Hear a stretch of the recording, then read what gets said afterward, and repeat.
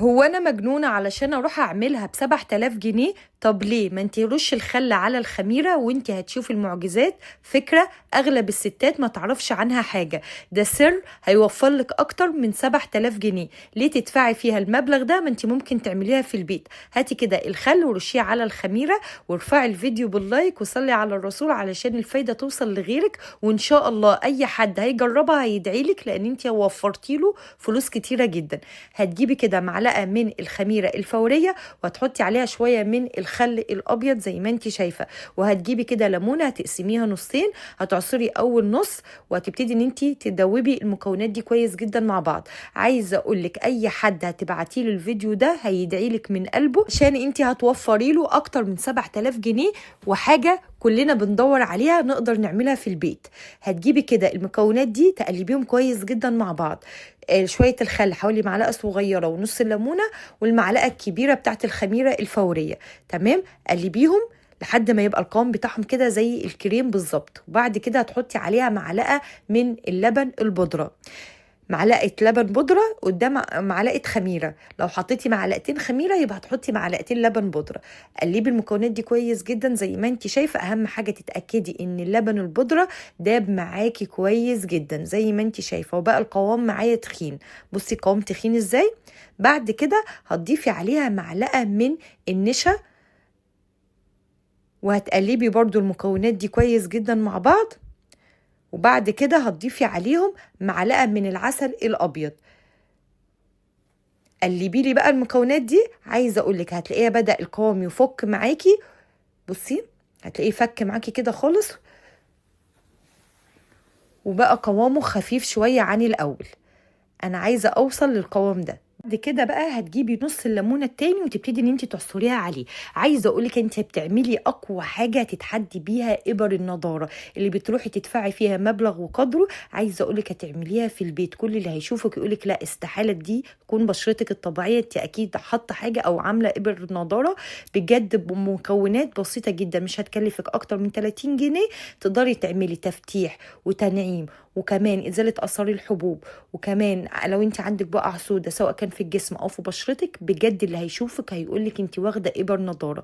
عايزه اقولك الفيديو ده ابعتيه لاي عروسه فرحها قرب، او انت اعمليه كده في البيت. بجد هيديكي تفتيح فوري وفي نفس الوقت هيشيلك اثار الحبوب وهيغذيلك بشرتك، واقوى ماسك كل اللي هيشوفك هيقولك انت عامله ايه بالظبط. بقى ان انت تروحي للكوافير ووفري بقى فلوس مراكز التجميل واعملي الماسك ده مرتين في الاسبوع وشوفي بقى النتيجه. عايزه اقولك بشرتك دي هتبقى ناعمه خالص وكمان تفتيح فوري.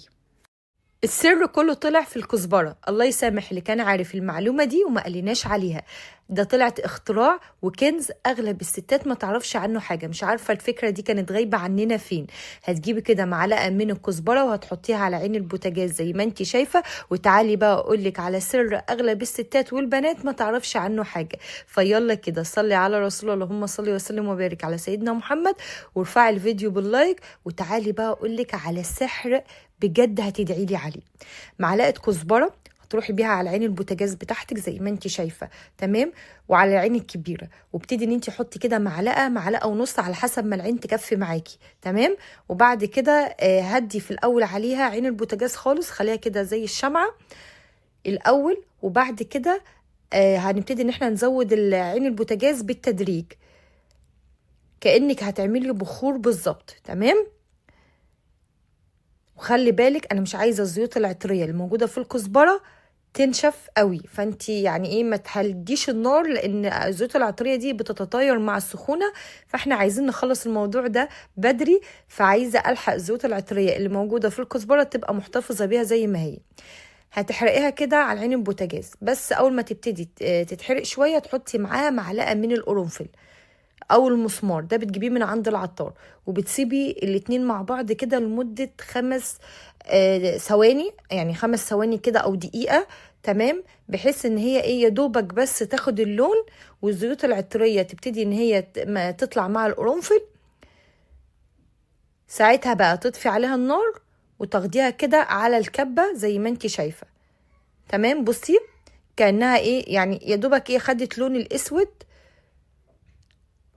وبعد كده هتحطي عليها معلقه كبيره من حبه البركه، ودي انا مرضتش اضيفها على عين البوتاجاز عشان انا عايزه الفوائد بتاعتها تفضل موجوده، لان حبه البركه لو اتحرقت كل الفوائد بتاعتها بتروح. هتطحنيهم كويس جدا مع بعض، كل الكلام ده في الكبه لحد ما يبقوا ناعمين خالص. لو حسيتي ان هي عايزه مثلا مصفص كده صغيره وتشيلي اي حاجه ما اتفرمتش كويس، ممكن تصفيهم كده بالمصفى، تكون عيونها ضيقه علشان تاخدي البودره الناعمه. تمام. وبعد كده تروحي تجيبي من عند العطار زيت اللوز. زيت اللوز يا بنات زيت روعة عنه، ان هو بيزود الشعر وبينعمه وكمان بيخليه يطول. فانت لو انت بتعاني ان في فراغات في شعرك، او مثلا عندك شيب مبكر او الثعلبة، او شعرك خفيف من قدام، او شعر بنوتك مش بيطول وخفيف ومش تقيل، افركي بقى بصيلات الشعر ده قبل الشاور وسيبيه كده شوية. عايزة اقولك هتلاقي كثافة شعر رهيبة، وفي نفس الوقت لو عندك فراغات او شعر ابيض او شيب مبكر هتتخلصي منهم. زكي بقى تجربي الوصفة دي وبإذن الله هتعجبك جدا. مع بعض باول فكره.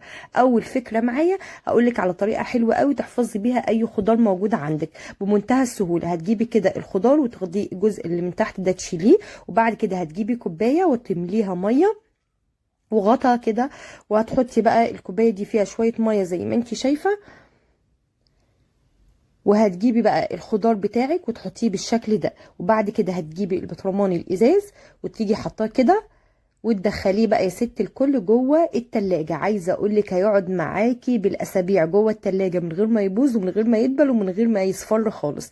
تعالي بقى نشوف التاني فكره. هقول لك على طريقه حلوه قوي. لو انت عندك مثلا بلوزه بيضه او تيشيرت ابيض وعليه قلم جاف او حبر، تعالي بمنتهى السهوله وبمكونين موجودين في البيت هيشيلوا معاكي الحبر ده.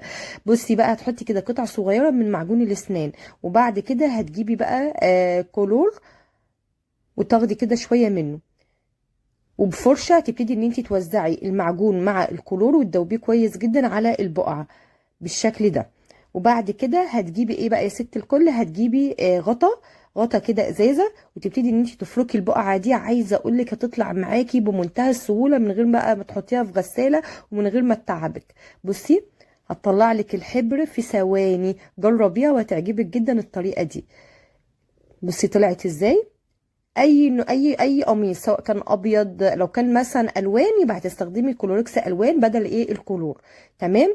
بصي بجد فظيعه الفكره دي، جربيها وهتعجبك جدا. تعالي بقى نشوف الفكره رقم 3. لو انت عايزه تشيلي البطاطس عندك، الصيف طلع وبتبوظ بسرعه منك في المطبخ، اول حاجه لازم تعمليها ان انت تبعديها تماما عن البصل وتحطيها في درج لوحده في التربو، وتجيبي معاها كده راس توم. وعايزه اقول لك راس التوم دي هتحافظ لك على البطاطس تقعد معاكي مده طويله من غير ما تبوظ.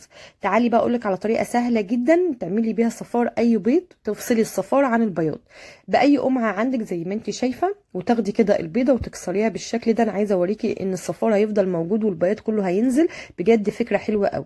تعالي بقى اقولك على فكره كمان. لو انت عندك بلوزه لبنتك او بلوزه عندك وشايفاها ان هي لونها ساده كده وكئيبه وعايزه تحطي لها حاجه تخلي شكلها حلو، اقولك على فكره حلوه قوي. هتجيبي ربع جنيه وهتجيبي استك واي خيط او شريط عندك زي ما انت شايفه، هتحطيه كده في النص، طبعا يكون اللون بتاعه ماشي، وممكن تستخدمي الشريط من الستان. تمام. وهتجيبي بقى الربع جنيه كده وتحطيه وتجيبي الاستك وتدخليها من جوه بالشكل ده. وادي الشكل من بره، شوفي مش باين خالص ان احنا حاطين حاجه. وهتربطيها بقى اي شكل عندك، شكل فيونكه، شكل ورده. بصي انا بوريكي اهي ان هي مش باينه خالص، كانها متخيطه بالظبط. هتمسكي بقى كده وتربطيها في يونكه او اي حاجه، وكده غيرتي الشكل من بلوزه ساده او تيشيرت ساده لحاجه كده فيها ورده او فيونكه، بتدي شكل حلو قوي وبالذات في التيشيرتات بتاع البنات الصغيره. تعالي بقى هاتي شويه رز وتعالي نحل اكتر مشكله ممكن تقابلنا في انقطاع الكهرباء. رجع النور يقطع علينا ورجع تاني نستهلك كميات كبيره من الشمع. لو انت مثلا ما عندكيش كشاف او بايظ، هاتي بقى كده شويه رز وحطيهم في كوبايه وهاتي الشمعه وحاولي ان انت تثبتيها زي ما انت شايفه.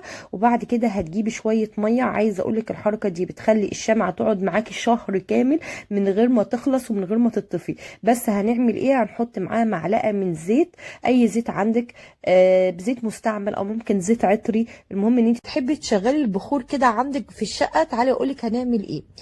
بعد ما تشغلي عود البخور زي ما انت شايفه، هتجيبي كده ازازه صغيره وتدخلي الازازه زي ما انت شايفه كده في عود البخور، وخليها بقى تتملي بالدخان او الريحه بتاعت البخور اللي طالعه دي، هتتملي معاكي بالدخان زي ما انت شايفه. لمدة دقيقتين 3. اول ما تتأكدي ان هي اتملت خلاص بتطلعيها وتقفليها على طول. وتعالي بقى هقولك هنعمل بيها ايه. هتاخدي بقى شوية الدخان دول بالريحة الحلوة قوي بتاعة البخور، وتروحي على دولابك ودولاب الاولاد كمان، وافتحي بقى الازازة دي في وسط الهدوم. عايزة اقولك بتدي ريحة حلوة جدا وبتعطرلك الدولاب بطريقة بجد جميلة. بصي هتلاقي كل الدخان اللي احنا دخلناه جوه الازازة طلع معاكي. بس حاولي ان انت تقفلي الدولاب على طول زي ما انت شايفة كده. اول ما تطلعي كل الدخان اجري واقفلي الدولاب علشان تفضل الريحة موجودة. عايزة اقولك بتبقى ريحة حلوة قوي، كل اللي يفتح دولابك يقولك انت عاملة فيه ايه بالظبط. جربي الفكرة دي وهتعجبك جدا.